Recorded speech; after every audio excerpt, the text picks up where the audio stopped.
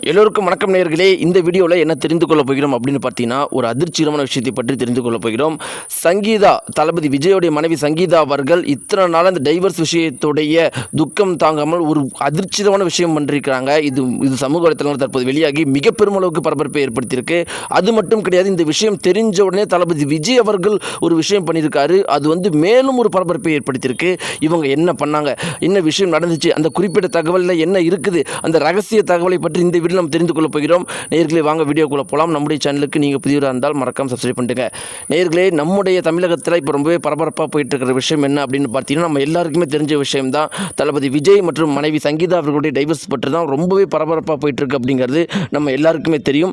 இப்படிலாம் இருக்கிற பட்சத்தில் ஒரு முக்கியமான விஷயம் வெளியாக இருந்துச்சு ஏற்கனவே. என்ன அப்படின்னு பார்த்தீங்கன்னா, சங்கீதா அவர்களுக்கு இன்னுமே பார்த்தீங்கன்னா தளபதி விஜய் அவர்களோட சேர்ந்து வாழணும் அப்படிங்கிற எண்ணம் இன்னும் வரைக்குமே இருக்குது அப்படிங்கிற ஒரு முக்கியமான விஷயம் வெளியாக இருக்குது.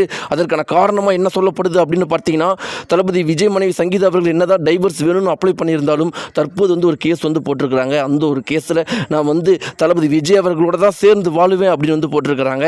இதன் மூலமே நமக்கு தெரிய வருது, தளபதி விஜய் மனைவி சங்கீதா அவர்களுக்கு தளபதி விஜய் அவர்களோட சேர்ந்து வாழணும் எண்ணம் இருக்குது. ஆனால் தளபதி விஜய் அவர்களுக்கு அந்த எண்ணம் அப்படிங்கிறது 1% கூட இல்லை அப்படிங்கிறதுக்கான முக்கியமான விஷயம் வெளியாக இருக்குது.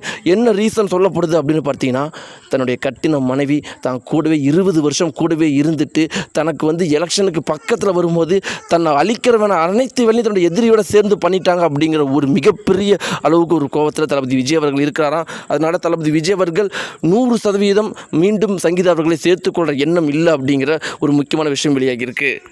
இப்படியெல்லாம் இருக்கும்போது நேயர்களே, இப்போ ஒரு குறிப்பிட்ட விஷயம் வெளியாகியிருக்கு. சங்கீதா அவர்கள் செய்த ஒரு அதிர்ச்சிகரமான விஷயம் சமூக வலைத்தளங்களில் ஒரு குறிப்பிட்ட தகவலை வெளியாகி எல்லார் மத்தியிலுமே ஒரு பரபரப்பை ஏற்படுத்திட்டு இருக்கு.